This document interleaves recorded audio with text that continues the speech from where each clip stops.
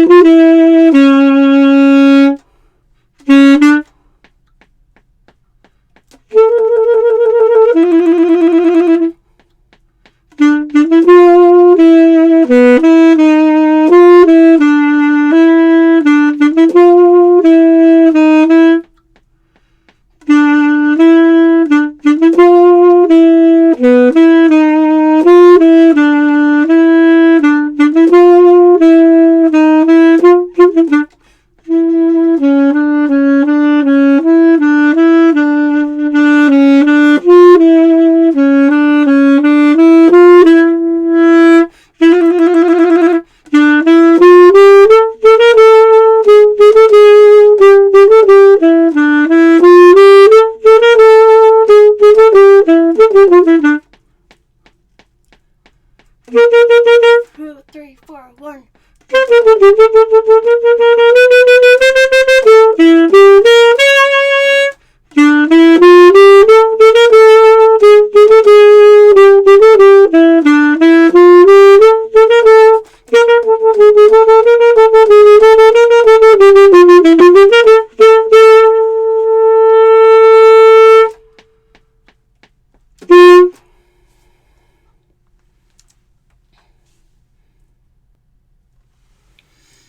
I hope that performance was helpful to you. Now we're going to go through the piece by piece, and make sure that you know how to practice all the elements that are in the piece. If you need any help with technique or something like that, go ahead and refer back to the fundamental videos in the lesson library. Okay guys, so Dark Ride, mysterious and creepy it says. So we count the 2 bars of rest before rehearsal marker 3, and then we count 4 measures of rest right there. Counting 1, 2, 3, 4, 2, 2, 3, 4, and then 1, 2, 3, 4, 2, 2, 3, 4, 3, 2, 3, 4, 4, 2, 3, 4. Then we come in with a piano, but on a C sharp trill. I don't know about you, but trilling from no fingers to all the fingers looks like it's going to be a little bit clunky. So one little tip and trick is what's called a palm D key. So we have these 3 keys up here. One, I don't know if you could see them. The top key, second top key, and then the lowest key. So the key that we're going to use from C sharp to D is we're going to go C sharp, D sharp, on the top of the 3 keys, okay? So go ahead and play that. Just play around with the key a little bit. So we're just going to, no fingers, then just hit that palm D key. It enables your trill to be just a little bit faster than trying to put all of the notes down, okay?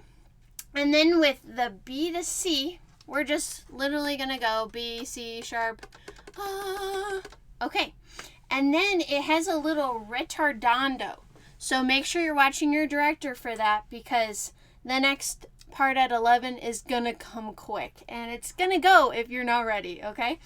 So the main idea of this piece, what we're kind of going for right now, is this melody that is tenutoed first beat, then 2 eighth notes on the second beat that are staccato, And then the third beat is also going to be tenutoed, okay? So full value is what tenuto means. So all you're going to do is da, da, da, da. You can go ahead and play it on a regular C natural. We're just going to go ta, ta, ta, ta. Okay, so it's just that easy. You're going to do that, but on those notes. So those first two bars sound like this. And when it's sped up just a little bit up to tempo, it'll sound a bit more bouncy because those eighth notes give it a little life. But the tenutos, what those are meaning is that those notes are what's important. So we want to stress, make it full value on those notes. So we see that same idea come up in measure 24, ta, ta, ta, ta. And then again in 37, 38, 39. And then if you go down to 53, we have it again through 55. And then one last time in 57. So that articulated rhythm is really important to catch on, because then you're going to be able to apply it to the other parts in the piece. Okay, so we're going in measure 11 right there. We have an A sharp. A sharp is the same as a B flat. So the fingering you're going to want to use is A, and then add that bottom of the three keys right there. Because then it's easier when you go to the B natural. All you're going to do is lift up those two fingers. Ba, ba, ba, to a C sharp, which is no fingers, okay? So side A sharp for all of it, okay? Same with when we come to measure 13. We're going to go back to the side A sharp. Okay, awesome. Then we have trilling an F sharp up to, a G. All we're going to do is go, whoa. Okay, awesome. And then we have that C sharp to D, which, if you remember, it's going to be the top of these three palm keys. Top one right there. Same thing as we did. Okay, in measure 19, when we start that the first time, we're not going to play measure 19. We're going to rest for 4 counts. So make a note in your part. Circle it, underline it, put a star next to it. There's plenty of ways to remind your brain to not play there. And when we go in the first time, we're starting on that second, when the second measure comes up. And we have a bunch of these tenuto markings still, so make sure you're holding those the full amount of time. So right in 21, here's that.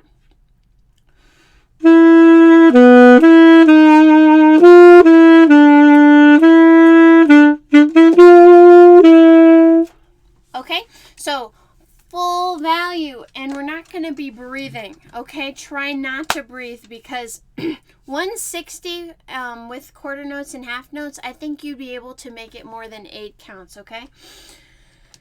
Then as we're continuing on, we have this B sharp, and my brain went, wait, what? So what the B sharp is, if you look at a piano and you go A sharp up to the black key, and then you go down to the B, it's like, what's that next note? Because if it's sharp, you think, where's the next black key? But it's actually the next white key of C. So instead of thinking, oh, B sharp, what fingering is that? Think B sharp, oh, that's C fingering. So that's just your middle key right here. So you're going C sharp, C, C sharp, right there in measure 25. Here's that. It's just a half step down. Awesome. So we go into the first part of the first ending in this repeated section of 19. When we hit 26, we're going to rest for 4 counts in measure 26. Yep. And then we're going to play that measure 19, because it's the second time only that we play. We're going to continue going through this back like we did the first time, but when we hit 25 this time, we're going to skip over to 27. Because if we play 26, that's as if we did it the first time, okay? And then I want to bring to your attention right at 27, it's a little different. So instead of da, da, da, da, rest, it's da, da, da, da. So that beat on the third beat is short. So circle that in. I wrote in my part, I wrote short. So do that, and then we go back to regular articulation of our notes. There's no like terribly full value that's emphasized. We just want to make sure that we're playing it mezzo piano. It's a new idea. We have our A sharps that we're looking at from measure 28 to 36. So that is 1, 2, and then side down here. So you're just going to go C sharp and then ba, ba. Yep, in measure 28. C sharp, A sharp, B. All right, we're going, 34. Forte piano. So that kind of means you're going to kind of land on that note at a forte, but immediately after you're going to drop down a piano and then crescendo back up to our forte, which we see in 35. I wrote a little F right on the last beat of 34 just to remind myself that I need to be at forte by beat 4 in order to start 35 at forte. So in measure 34, here's that. I'm just going to play around with forte to piano, and if I don't like it, I'm going to play it again and drop down even further. So go ahead and experiment with that just a little bit.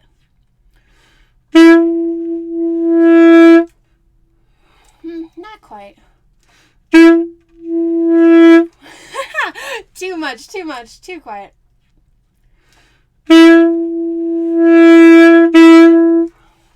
So you can go ahead and do that on your own too. And then when we have the trill, we want to make sure this one has a little accent over it. So make sure that your air kind of has a bit of a front to it. So after we forte piano and crescendo to a forte, we're going to accent that note even though it's trilled. So kind of put a little emphasis on the C sharp before you start trilling to our palm D, okay? So this is measure 34. That was a little odd, I'm sorry. Hold on. 34.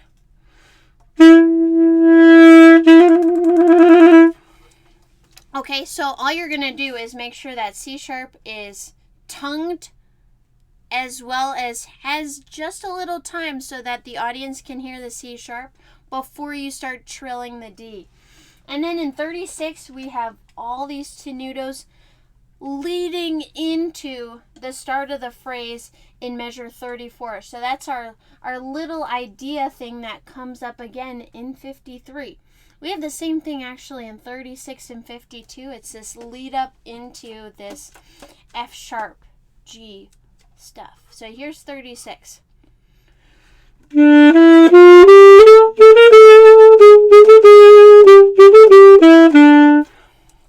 And then again, it catapults from 40 into 41. So this phrase is very important that we make a wave out of it. So like in the ocean, the waves come.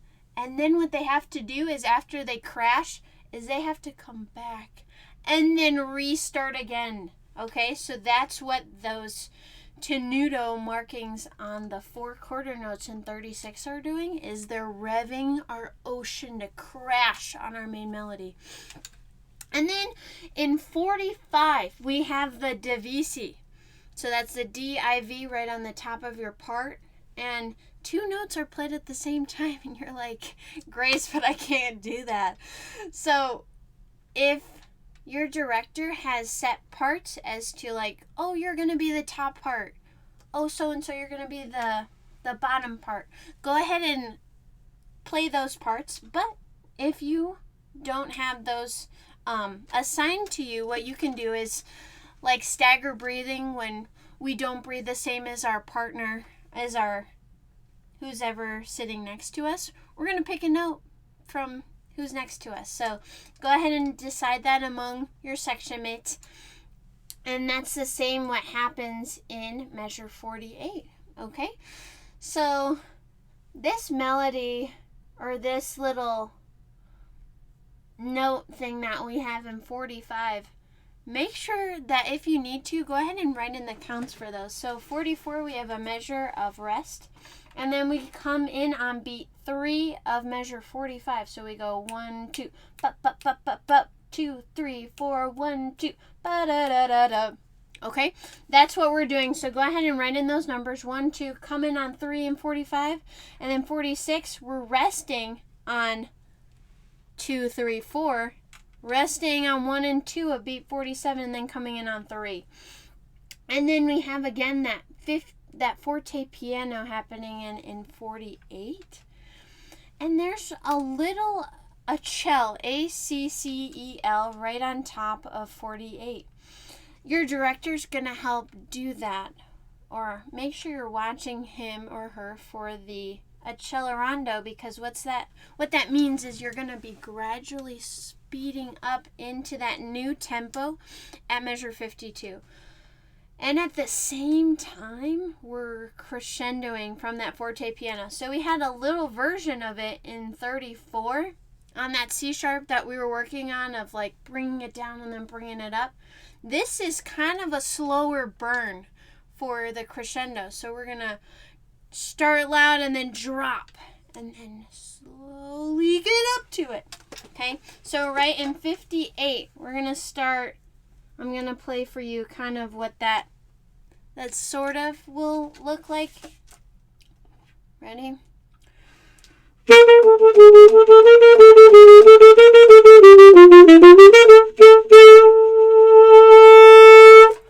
So it won't be the same every time, but try to get your piano down and then start slowly coming up. One thing that has helped me is assigning a dynamic marking for each measure. So in 59, I have a mezzo piano. That's kind of where I want to be there. And in 60, I want to be kind of getting into our mezzo forte. And then 61, mezzo forte to our forte that we're going to need at that F sharp on the downbeat of 62. And then again, we do it. But we have a more dramatic crescendo in 62 and 63 because we don't have that many measures to deal the crescendo with. And then make sure you're subdividing in your head those 4 measures of rest in 64 before we come in on the beat 3 of 65 on a forte. Make sure that you still maintain a good sound through all these like forte pianos and fortes. We don't have any fortissimos, so make sure that that your fortes are present, but they're not screechingly loud, okay? I think that is it for this video. I hope it was very helpful for you. And then remember, as a member, you get 3 requests per month, and then encourage other members of your ensemble to join MusicMastery.band so they can be just as prepared for rehearsal as you're gonna be, okay? Well, I hope that you submit your next request so that I can help you master the next one.